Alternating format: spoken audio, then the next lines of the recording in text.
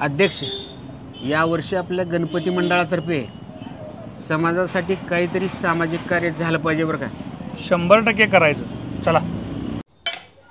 आई, मी आरतीला जाऊन येते काय.